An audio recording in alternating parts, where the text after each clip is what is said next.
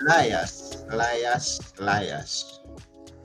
Says one David Lampe that agents are liars. This is Book Talk, and I'm your host, Anthony Murode. At Book Talk, we get to have authors come and tell us about their books. And always we have interesting and wonderful guests and interesting books. And that means that even today, we have an interesting guest with an interesting book. So, without much ado, please join me as we go and meet our guest today, David Lampe. Here we go.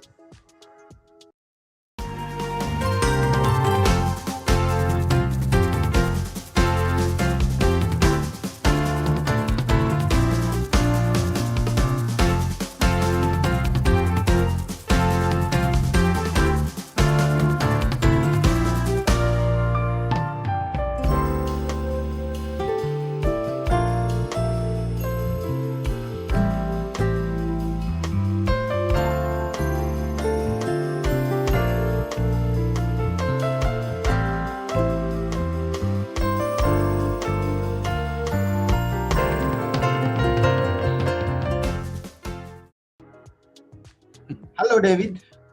Hello, Anthony. Thanks for having me. Yeah, welcome to Book Talk. Thank you. It's great to And be thank, here. and thank you for coming. Now, we have David with us here. And who is David, just to get us started? Well, I am a real estate agent in the Metro Denver area. I've been an agent for almost 14 years right now. Mhm. And I basically wrote this book from what I've seen in the real estate industry and the lies I've seen in the real estate industry that other agents tell. Oh, okay, that's interesting. Yeah, we would love to know about it so that we can always be careful when we are going for some to buy a house, to buy an estate, or anything in that case. Now, let's all know where it all started, and not with the real estate. Where it started with your writing. Did you start writing at when you are just born? Because some of us tell us, "Oh, we I started writing by the time I knew how to read." Well, yeah, I guess a long time ago when I was a kid, I used to write some like short little stories, things. My mom actually saved one of those that she gave me recently. She found in a box, and it was like the Red Door or something, I think it was called, or something like that. And so, yeah, I started writing some things like that a long time ago. Yes, and is this your first book, or have you written other books? This is my first book. Okay, and what triggered it?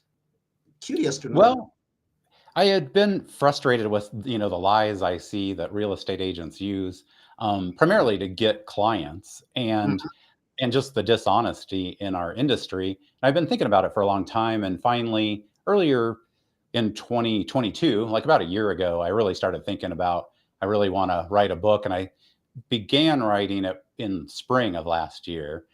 Just started writing an outline and that kind of thing. So. And what is the aim now? You were curious, you were moved by what the lies that were being told out there, and now you want to bring it to the light, the lies that have been told. What is the main aim of doing it?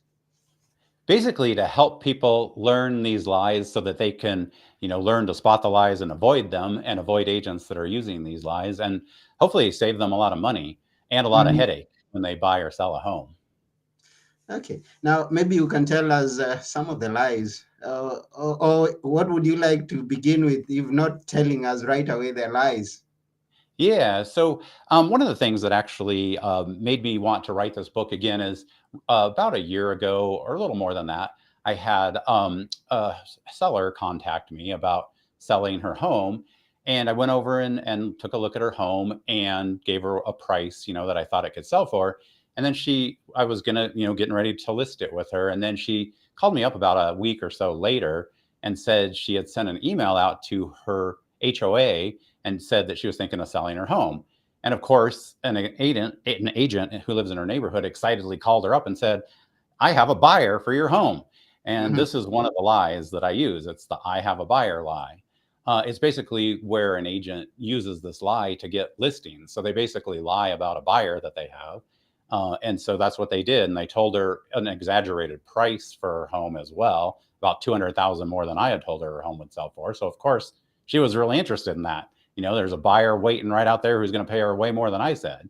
Of Mm-hmm. course, that all turned into be a lie, and there was no buyer, and they didn't buy that house for that price. And she ended up, going ahead and listing with them because she had signed a listing agreement with them at that point, and ended up selling it for right around the price I had told her.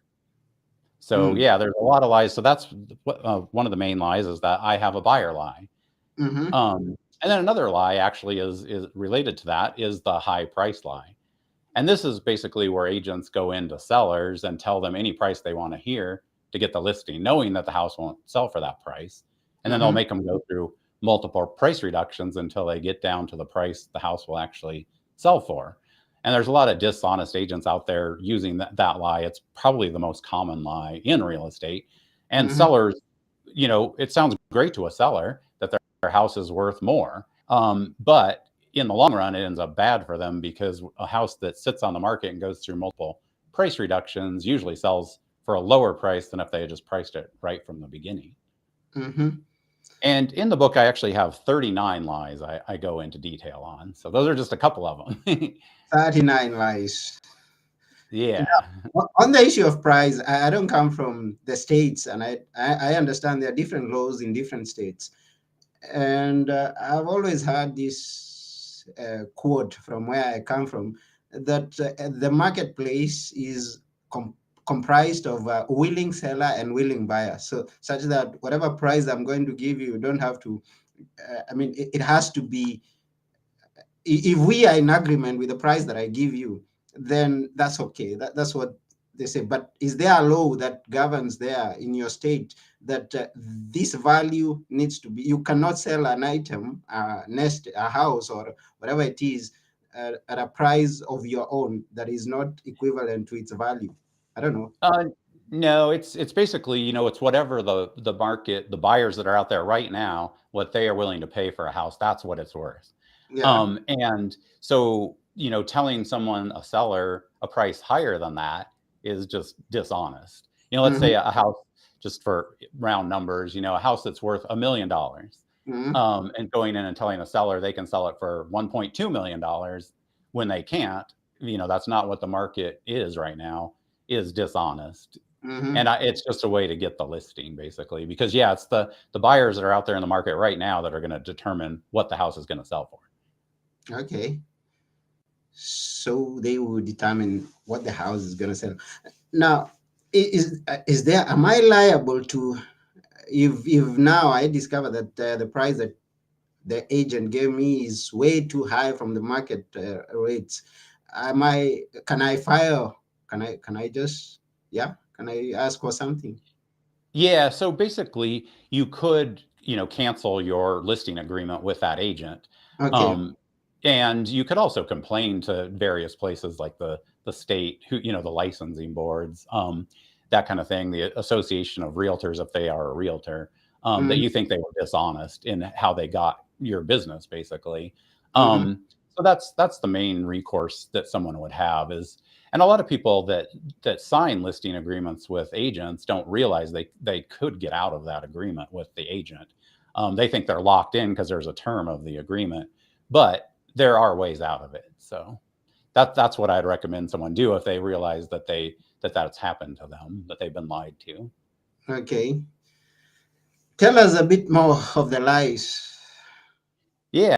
So another one that is really common here. I've been selling homes in the Metro Denver area for a lower commission than most other agents do for about 5 years. And there's a lot of agents out there that will go in and say that they do a lot more than these low commission agents that are out there. There's a lot of big brokerages even that are advertising a lower commission right now. And a lot of these lower commission agents do a great job and do just as much as these agents who are charging, 3 or 4 times as much.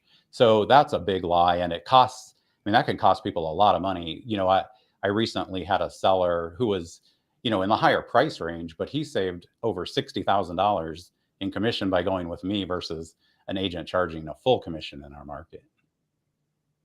And when you say the commission, high commission and low commission, what does that entail? Is So it in percentage or in what? yeah, so most realtors work on a percentage commission, Mhm, and it's negotiable. Although there are agents out there that will try to tell you it's not negotiable, that they have to charge you whatever it is they charge. Let's say a lot of agents in our market charge around 6% total, mhm. and then a lot of that is split between the buyer's agent and the listing agent. So that's kind of common. 5 to 7% is pretty common in the whole United States as far as a Okay. percentage for a Mhm. commission. So if you go with a lower commission agent, you can save quite a bit of money right there. And as long as they do a good job, they a lot of them are doing just as much to market and advertise a home as the agent's charging a lot more. Okay, I get that. And so the listing, and forgive my innocence because again I said I don't come from the US. So the listing agent is a different one from the selling person, or how do you Yeah. So differentiate in it? the United States and in several other countries, although I know some countries are different, there we basically the listing agent gets the listing and then they put Okay. it on the multiple listing service, and that attracts the buyers, and then they have their own agents who then the buyer's agent brings the buyer to see the home and then writes an offer to buy the home, and if they are able to close on it, the seller actually pays the commission of that buyer's agent. So it's a Okay. little kind of different how it works, and that's been the way it's been in the United States for a few decades now. It used to be different than that, where it was more just sellers agents, and the buyers would come directly to the seller's agent. Yeah, because that's the model that I have witnessed in several places that I am aware of. So I didn't know that that's the way it works from two different angles. Yeah. Uh-huh. I kind of like that we have buyer agents in the United States, because then the buyer is represented by someone. If they go directly to the seller's agent, I mean, they have, they want to get the best deal for the seller, the highest price and the best deal for the seller, whereas a buyer's agent wants to get the best deal for the buyer. So it helps with negotiation. Okay. Now, where I come from, we have rates. I mean, like when you buy the property, there are like you have to have the land. The land comes with the property, but I've heard of other places where the property comes alone and the land comes differently. How is it there? It's typically it's both. You're buying the land, the surface rights to the land, and what's on it, the house, Yeah. basically. Hmm. We don't here in at least in Colorado, you don't own what's under the land, like oil and gas and gold and silver and that kind of thing, but you own what's the surface Okay. of the land, basically. Uh-huh. So yeah, it's a little different in Okay. different countries too. So are there lies that come in that angle? I mean, that concern where the places that are located, the rates that, or and again, I know that some properties have some loans and things of that nature, and then are there some instances that the buyer, the seller, the agent will not disclose to the buyer that there is something attached to this property, and then I buy the property, and then I have some problems thereafter. Yeah, that's actually one of the lies too, is just non-disclosure by agents. Mhm. So in the United States, at least, the listing agent who's working for the seller needs to disclose anything that they know that's wrong with the house. Like if they know that a structural engineer has looked at it and the foundation is cracking and the house is going to fall down, they need to disclose that. But there are dishonest agents out there who are not disclosing things like that, or for example, like about the mineral rights or the right to that you don't own the ground underneath. Maybe it's a lease, like a land lease or something like that. Mhm. And there is a lot of non-disclosure going on, and it's very unethical, I would say. um, and then another big part of my book actually goes into detail about how to find a good agent who Mhm. won't lie to you and won't Mhm. do these things to you. So Yeah, it would be good to know that too. Uh, as soon as we clear with some of the most important lies that we should know of, then we are going to head up to the point where we're gonna find the right agent that is going to be fit Yeah, for the need. exactly. Uh-huh. Yeah, and it's that's why I go into detail in the book about all those lies and explain them so that that way people know they can watch out for these. And yeah, we've talked about several of them already. And Yeah. another big lie that's out there in our industry is that it's always a great time to buy. Or that prices always go up. That a lot of agents will use those lies because they're like cheerleaders for the industry. Basically, they want to get people to buy a house so that they can make a commission. And it doesn't matter to them if prices are actually going down. They'll say they're going up, for example. Hmm. Okay. Now, for anyone who's joining us here right now, please know we are talking about the book Agents Are Liars, but by David Lampe. And what your real estate agent doesn't want you to know is what is in the book. All the 36 lies that David has come across, he tells them to you. Now, I've had like there is the property. I own the property, but then I have a generation behind me, so I'm gonna leave this property to someone, my children, or someone that is in my will. How does where do we have some lies inside there of that nature also? Not really. I mean, I think the biggest thing there is just making sure that you go to an attorney, I think is the main thing, or a lawyer, so that to get everything drawn up correctly. Like don't Okay. rely on a real estate agent to plan that stuff out for you. I would say would be the main lie that some of them might say is because really that's more a an attorney type thing. Mm-hmm. So, if you've been taken advantage of before, this is why we recommend you to get the book.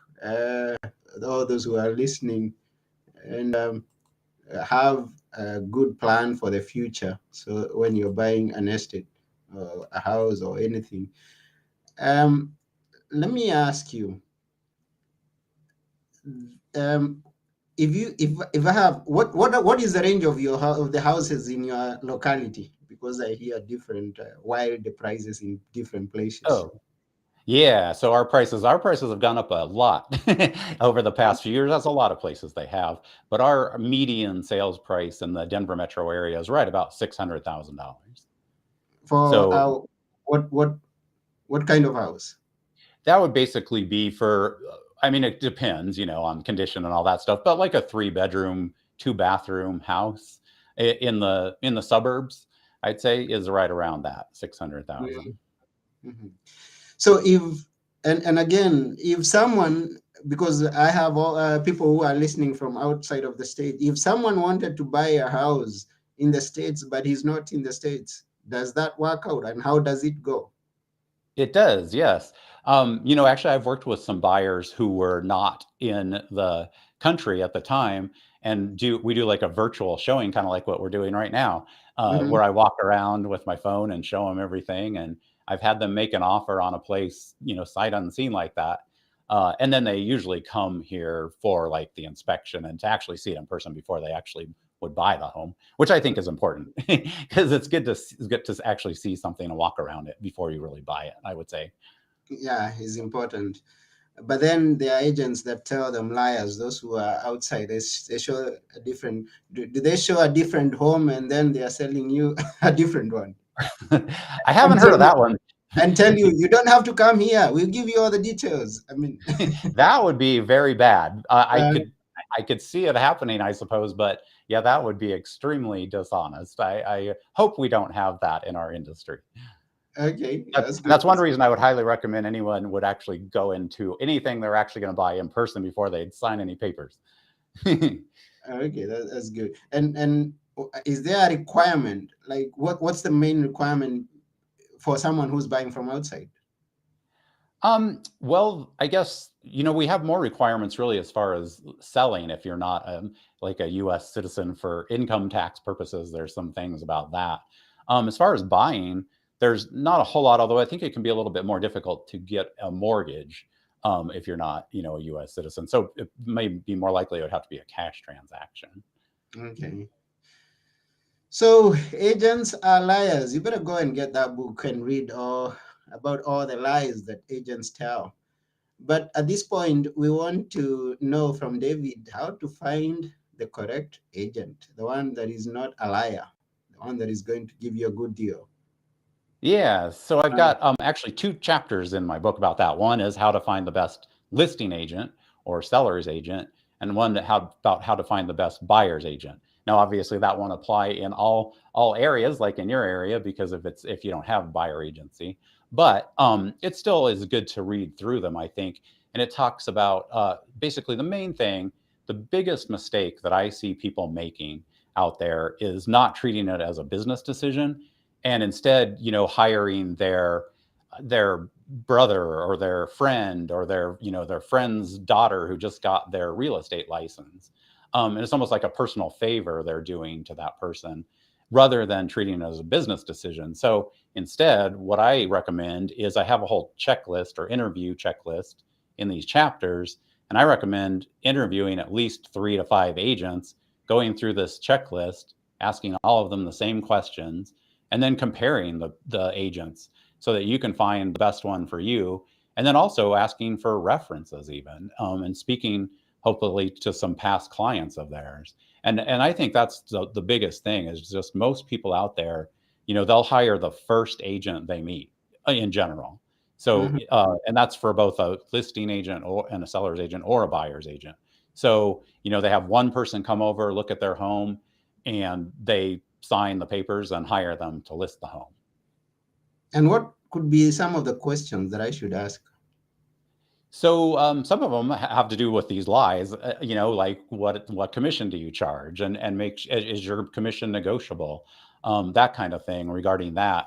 What experience you have. One thing I think is really good to ask too is why did you get into real estate, and that can lead and ask open-ended questions like that because it'll lead to them talking about how they love real estate and they love helping people buy and sell homes and that kind of thing. So I think that's probably there's a whole list of them. I think I have about 40 questions in there that you can ask, the over and over again, the same different agents, the same questions. And so yeah, I think open-ended questions are great. And then of course, like how many homes have you sold in the past year or two? That kind of thing is of course important as well, and have them show you that. And have they ever sold a home like yours? So for example, if you have a luxury home, which here is, defined as like an over $1 million home, basically.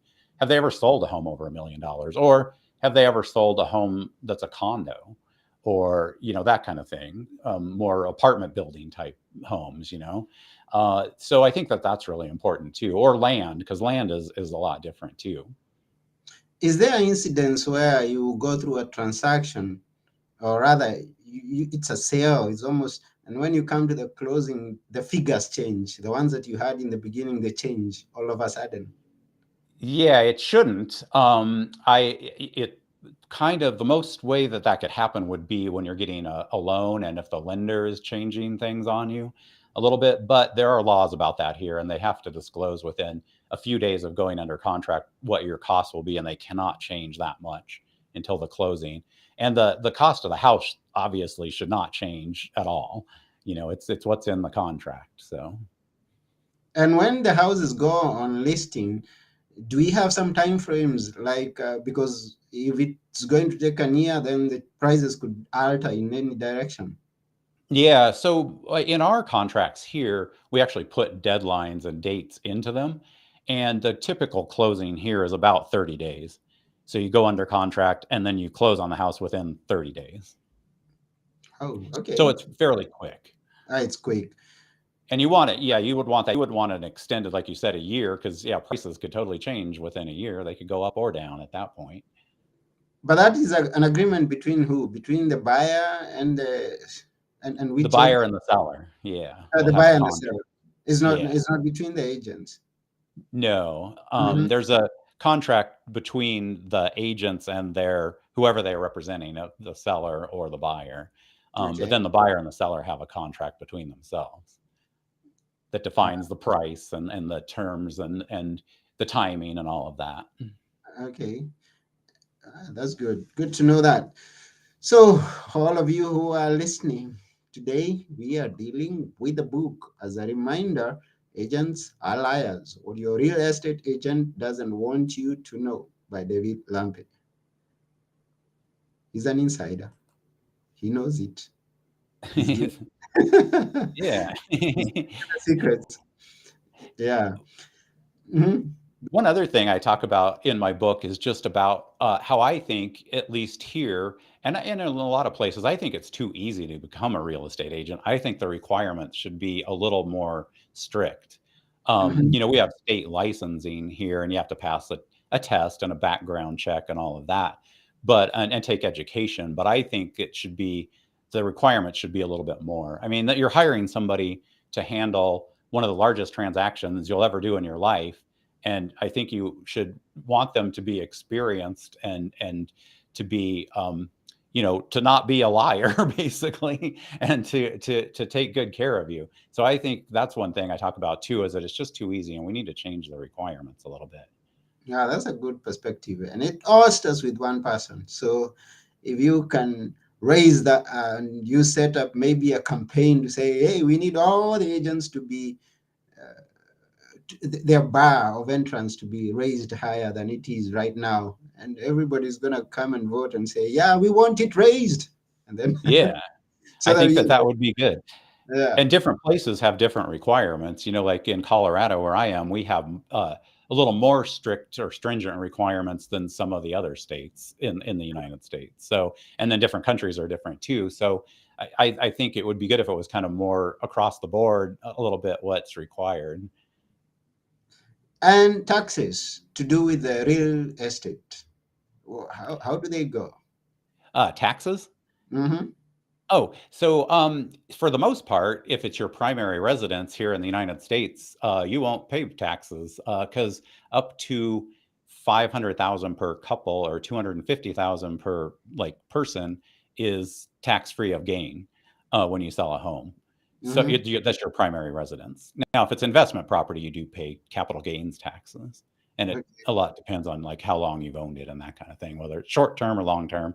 But yeah, that's one really great thing about owning real estate is the tax advantages you get. Okay, so it gives you a higher end when you're owning a real estate. Yeah, and Mhm. it's, just buying homes, I think, is one of the best decisions I've ever made in my life. Why, compared to renting, it's so much better to be paying off your mortgage and getting equity in your own home and doing what you want with your own home versus, renting. I mean, I can paint in any color I want and that kind of thing. So there's lots of great advantages to home ownership, I would say. So get your own house, pay your mortgage, and but before you do that, get the right agent. Don't just go to any of them because David has come many of them who are. He's come across a lot of them who are liars, and then you don't want to. Yeah. And it's I used a story of that woman that I had met with about selling her home, and she was taken by that "I have a buyer" lie. I Mm, think she also ended up using a higher commission agent. I think if she had used me, priced her home correctly from the beginning, she would have made about $50,000 more in the sale to herself. She would have netted about $50,000 more, and that's a lot of money yeah. than going with this agent who lied to her. So. Mm. That would be good. So all those who are listening, connect with David. And by the way, how can they connect with you? Those who are listening or watching, and how can they get this book? So you can visit my website, agentsareliars.com, and I link right there to Amazon to buy the book. And it's actually going to be live tomorrow. Right now, you can pre-order the Kindle version, but the paperback version will be live to order on Amazon tomorrow. Oh, that's cool. So go to agentsalias.com and pre-order. You've got 24 hours or something like that to get your paperback. But and on Kindle, like, the Kindle is going to be also available tomorrow, isn't it? Yep, it'll be available tomorrow. You can pre-order the Kindle right now, and I have it right now as it's 99 cents through this next weekend. Oh, So go get it. Go rush and get it. yeah. Before it rises in price. Right now on launch day, up to launch day, it's going to be 99. So what are you waiting for? Go get it. Exactly. It's cheap, and if it can It's cheap. save you a lot of money, $1 is definitely worth it. Yeah, definitely. So that's about it. Thank you very much, David, for coming to our show. And I believe that our listeners and our viewers have got something of value in this episode. And definitely, I am convinced that someone is going to get that book. Well, thank you so much for having me. I really appreciate it. I hope some people read it and are able to save themselves a lot of time and money and headaches. Yeah, it's important. Yes, before we go, as we are nearing the end, we would like you, David, to leave us with a few words that we should always remember based on this book. I would say the biggest thing really is what I mentioned about treating real estate as a business decision. So it's, don't treat it as a personal decision, and don't go into it with emotion. Try to treat it just as any other business decision that you would do. It's because that's really what it is. I know, when you're selling your house, you love your home. Of course, you've lived there and it's Mm. emotional. But if you can take the emotion out and treat it as a business decision, it's going to help you a lot, and you're going to do a lot better with your, not being taken advantage of, and making the most money you can on the sale. Wow, that's good. Treat it as a business, says David. So that has been it. Today's episode at Book Talk. We had David Lampe with Agents Are Liars. Just to read. Yeah, I repeat that so you always remember. Yeah, Agents Are Liars. And go get the book and read it. And that's about it. Well, thank you so much for having me. I really appreciate it. Yeah, we also appreciate you coming and sharing everything that you shared with us at Book Talk. This has Thank been Book Talk. I have been your host, Anthony Muirore. And together with David Lampe, we are saying bye for now. you. Bye. Bye.